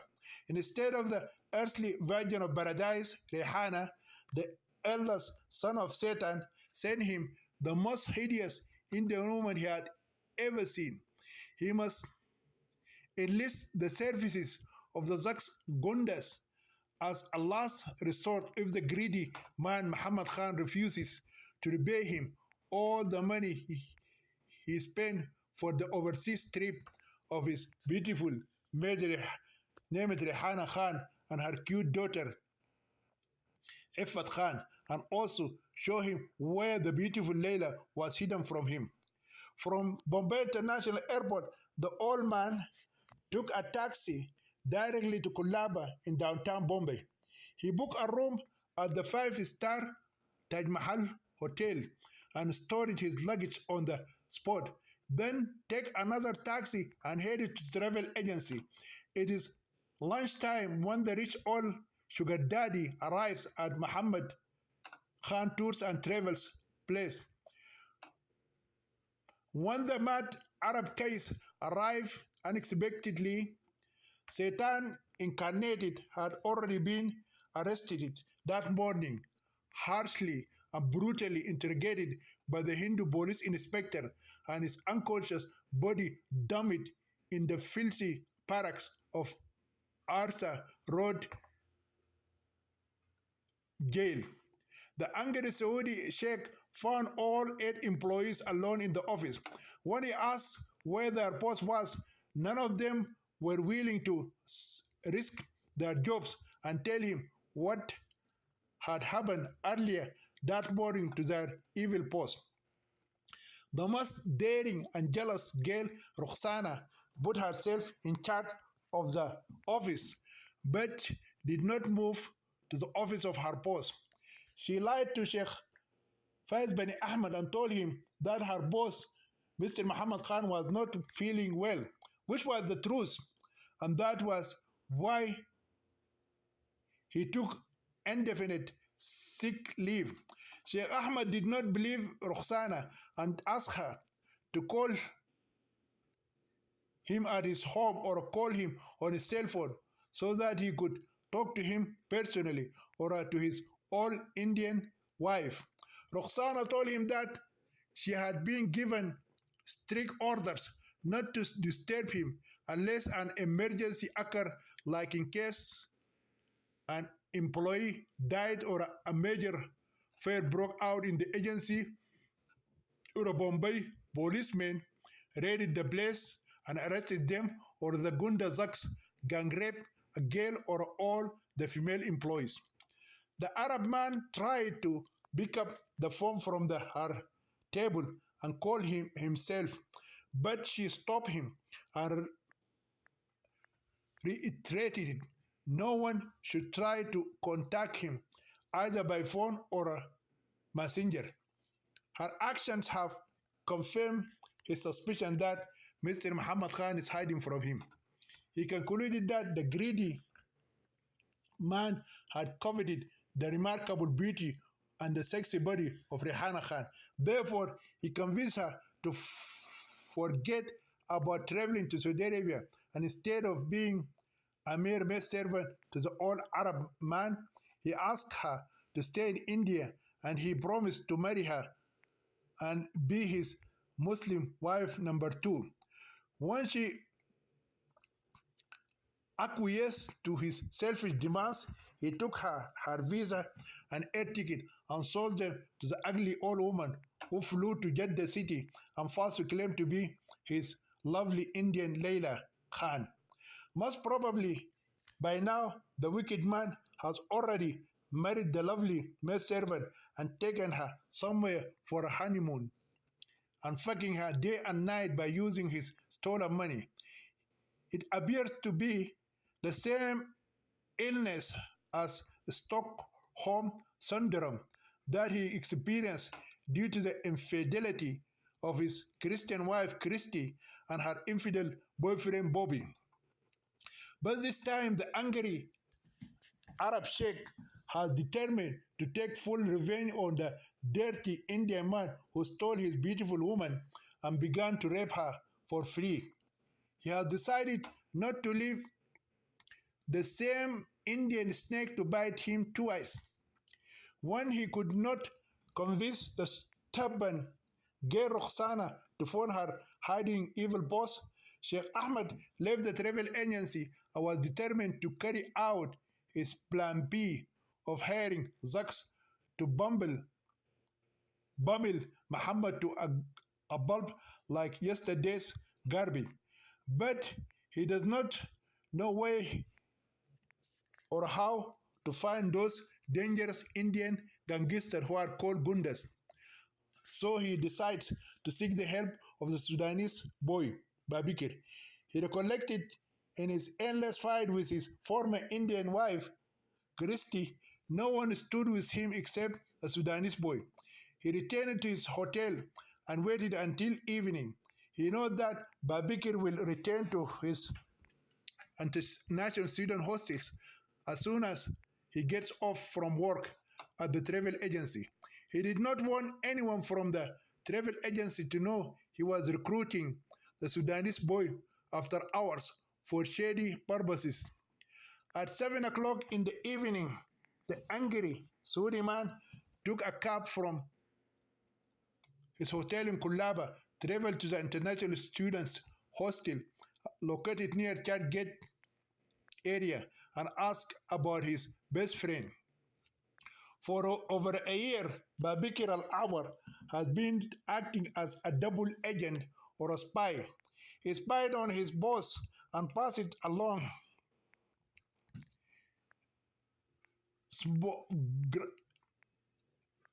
smorgasbord of information about him to Sheikh Ahmed, and he also supplied some personal information about the old Giza to Muhammad Khan. For example, he told his boss about Sheikh Ahmed's Christian wife, the lovely Christy, who cheated on him and stole his money and property and kicked him out of his mansion as an unwanted guest. He told him about how she called the cops and kicked Sheikh Ahmed out of his opulent house and then married her Christian boyfriend Bobby. Likewise, Babikir told Sheikh Ahmed about his boss's adulterous affair with the married Hindu woman Sanjita, who is cheating on her husband too, and how he is sexually harassing his female employees. Since the information that Babikir passed back and forth from the old Saudi man to his wicked boss and from Muhammad Khan to Sheikh Ahmed is mere gossip, none of the two parties was affected by it. That particular day, Sheikh Ahmed took Babikir to a beautiful restaurant in the Hotel Ambassador, treated him to an excellent meal, and then asked him about the case of his missing maid servant Rehana Khan and why Muhammad Khan was avoiding him.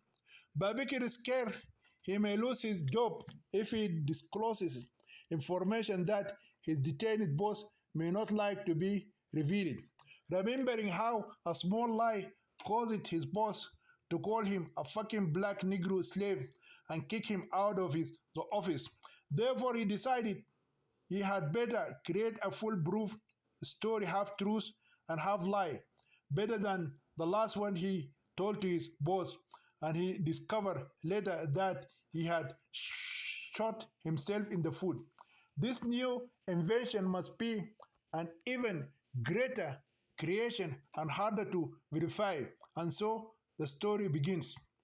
He said his Indian boss had truly worked hard and prepared the paperwork of the maid servant and her daughter, and he was a witness to Rehana picking up the visas, passports, tickets, and money. Mr. Muhammad Khan was supposed to meet them at the international airport and see them off, but he did not go because his girlfriend or a mistress from Bangalore city showed up unexpectedly and requested that he meet with her in her room at a five-star hotel, which he then changed his plan about going to the airport.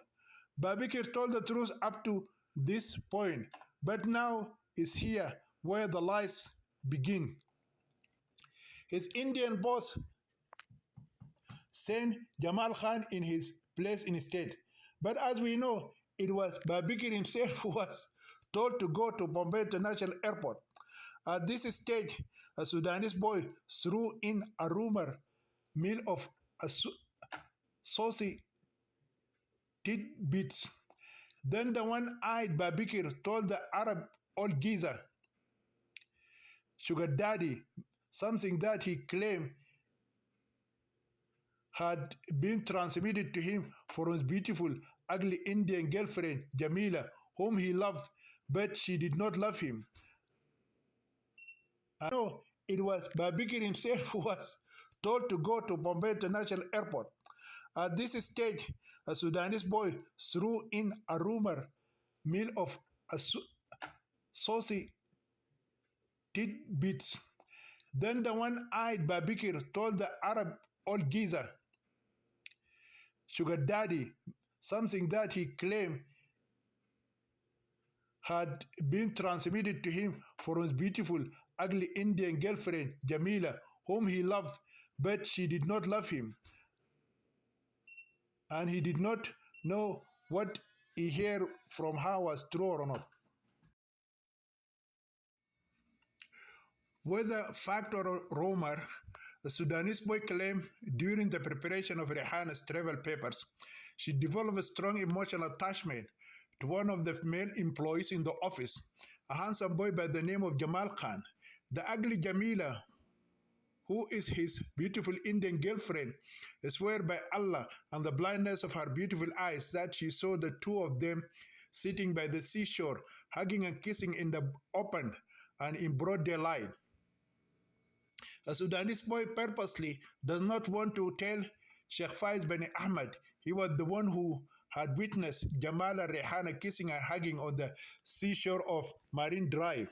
He also did not tell him he was the one who reported these things to his girlfriend, the ugly Jamila, and that she was the one who passed the information on to the other girls in the office. The one-eyed Sudanese boy deliberately did not want to tell Sheikh Ahmed that he was the one who saw Jamila Rehana kissing and embracing on the beach on Marine Drive. He also did not tell him that he was the one who informed his ugly girlfriend about these matters and that he was the one who passed the information on to the other girls in the agency. Now here Babikir is going to drop a bomb, but he decides to be careful and place it in a way to befriend his old Saudi friend who is madly in love with the beautiful Muslim maid Rehana from having a heart attack and have to be rushed to the hospital. That would cause him to end up having to pay the bill for the expensive food they have just eaten together in the hotel restaurant. Here the Sudanese lad has recollected how angry became the Arab sheikh when he lost his first Indian wife Christy, who left him and went with her infidel lover, Bobby. At that time, he didn't leave a stone unturned while trying to get her back, but he failed. Therefore, Babikir told Sheikh Ahmed that the girls in the office are spreading some rumors that Jamal and Rehana ran away together to another city. Adding another lie of his imagination, he said Jamal and Rehana by now must possibly have gotten married and settled down somewhere in India. When the Sudanese friend finished his half-truth and half-lie story, Sheikh Ahmed's heart stopped for a few seconds. He stared at Babikir as though he was seeing an apparition, and his body became cold and his hands began to shake. When he tried to speak, his voice failed him. He has been choked up from being half sad and half angry. His emotions betrayed him, and he could not control the tears dripping down into the palm of his hands, having lost another opportunity in love. All of a sudden, the sad saga of his lost lovely Christy and her infidel dog Bobby was reborn again in his beautiful Rehana and her handsome Jamal. Babikir was astonished when he saw the old man weeping. He did not know how much Sheikh Ahmed cared for the lovely Rehana until he saw those tears. He wondered what he should do as he felt the old man grab hold of his hand and pull him close. Then Sheikh Ahmed said to him in an incredibly angry voice, that of an old ogre, "This time I decided not to resort to the law to get back my beautiful miss. I know the right people who can bring my mate Rehana Khan to me in less than a week. I want you to help me find a place where my beautiful Indian Muslim woman is hidden from me. My dear Sudanese friend, Babikir Hussein Osama, I want to confess to you a secret buried in my heart because I trust you. I have never loved a woman as I love this Rehana. Not even my former Christian wife, Christy, had received the same love I'm feeling toward this Indian maidservant. Besides, the former is an infidel Christian woman, and this new girl is a Muslim woman. So I want you to know, I want you to show me where I can find the Gundas. Gundas! Shouted Babikir while trying to free his hand from the firm grip of the old geezer. Yes, Babikir, said Sheikh Ahmed. Only the Gundas can do this kind of work for me. The Indian policemen are corrupt and the law is helpless. You know how I was humiliated when I lost my home and my property to Christy, the Christian woman I took as a wife. She took advantage of me when everything I had to give, I gave it to her gladly. What did the law do for me? While I was fighting in the court for over a year to get the due process from the law, she was getting fact day and night by that uncircumcised infidel Big, who is called the dog Bobby. But Gundas are dangerous criminals. They kill people, cried Babikir. They don't kill those who are obeying them, do they? I'm not going to ask them to kill anyone. I just want them to get my beautiful Indian maid servant back to me. If they kill anyone who tries to deter them from bringing my beloved girlfriend to me, I do not care. My friend Babikir, you must believe me. I have become like the Arab madman Qais when I found by mere chance this beautiful Indian Layla in Bombay. Babikir al-Awar has now regretted it, feeding the old man lies. He wished in his heart, instead of one blind eye, his tongue had been cut too. But it is too late. He decided to try and convince Sheikh Ahmed to forget about the Gundas. No matter how much Babikir tried, he could not convince the angry old man to leave this idea alone. Finally, he gave up and decided to help him find some Gundas to aid him in his dirty work. A Sudanese foreign student, Babikir happened to know some Gundas in the Vakula area. He had come to know about them when another Sudanese student got into some trouble with them. A Sudanese student used to teach the landlady from whom he rented an apartment. He once improperly touched her sexy body when she came to collect the rent from him. The Indian woman got so angry that she bade some Gundas to beat him up.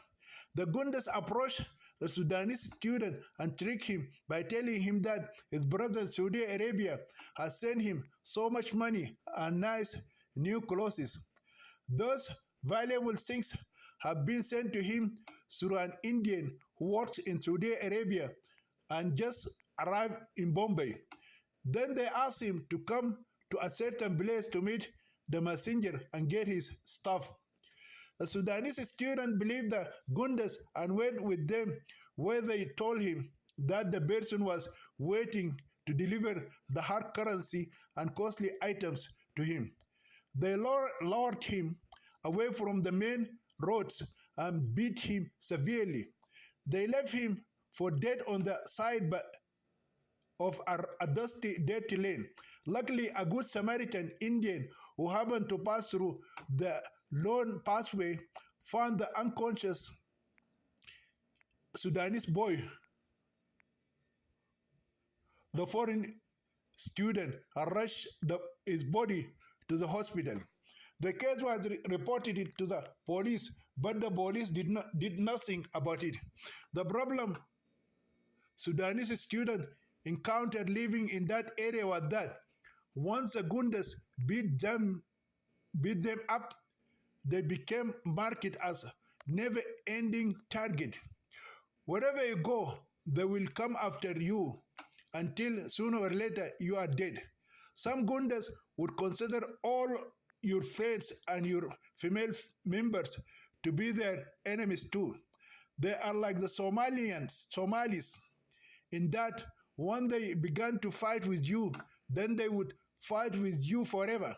The virtues of seeking forgiveness, love, mercy do not exist in their hearts. So, to avoid any further bloodshed, the Sudanese students decided to take the student who had been beaten up and meet with the Gundas. They apologized, begging for forgiveness on their knees, and paid them some ransom money to forget the whole things. The Gunda guys accepted the money and the apology, and the problem ended there. The beginning of a beneficial relationship between the Sudanese students and the Gundas was the result. Babikir happened to be among those students who went and sought forgiveness from the ruthless Gundas. After that, whenever any Sudanese student had trouble with anyone, his Sudanese friends would go to the Gundas of gang of Zaks, pay them a sum of money, and ask them to get rid of the problem.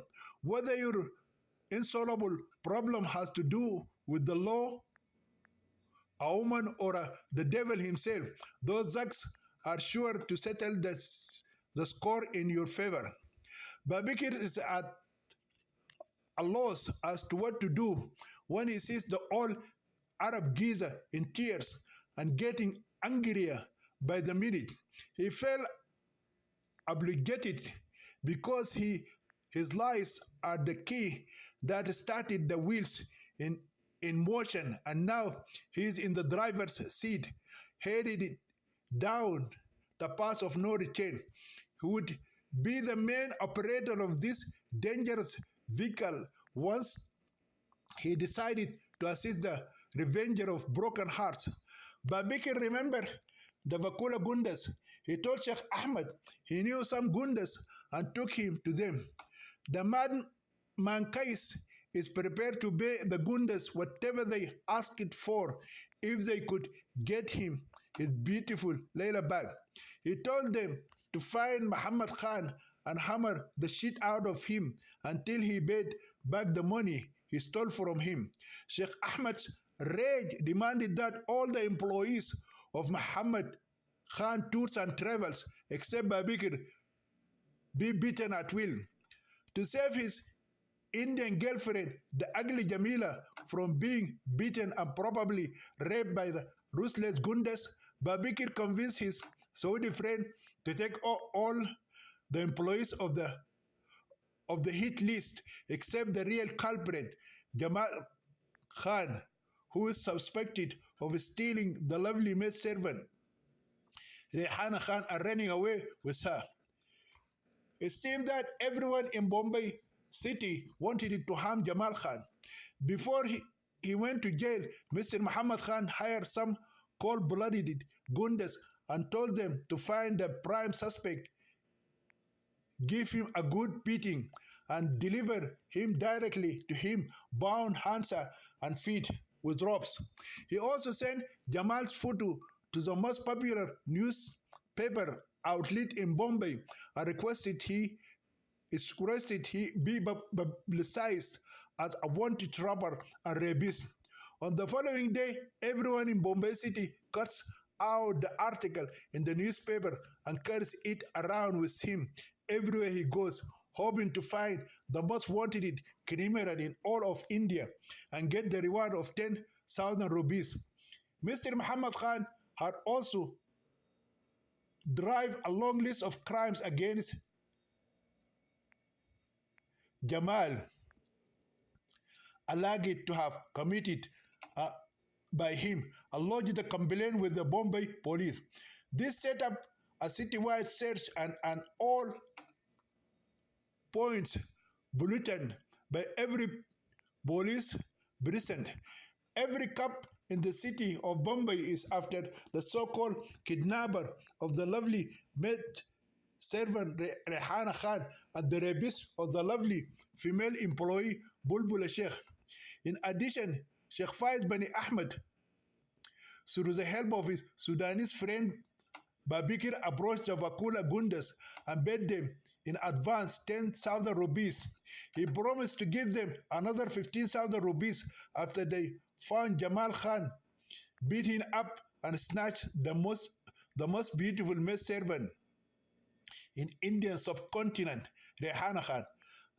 The relentless madman Qais told the Gundas he could care less if the kidnapper and rapist Jamal Khan got killed during the returning process of his beloved Layla Khan.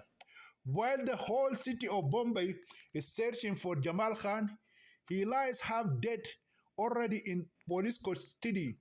Ironically, it is the safest place for him for the time being.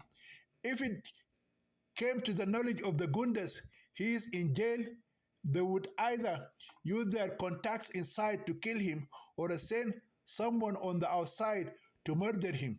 Obviously, for the Gundas, the best place to catch and kill someone is in prison.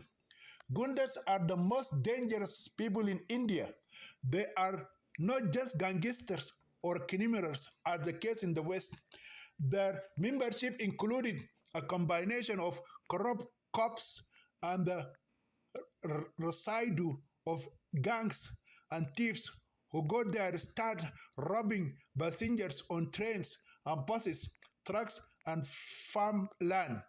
The former Indian Prime Minister Indira Gandhi was able to break up this crime syndicate to some extent when she called on the military to occupy the trains to protect innocent citizens.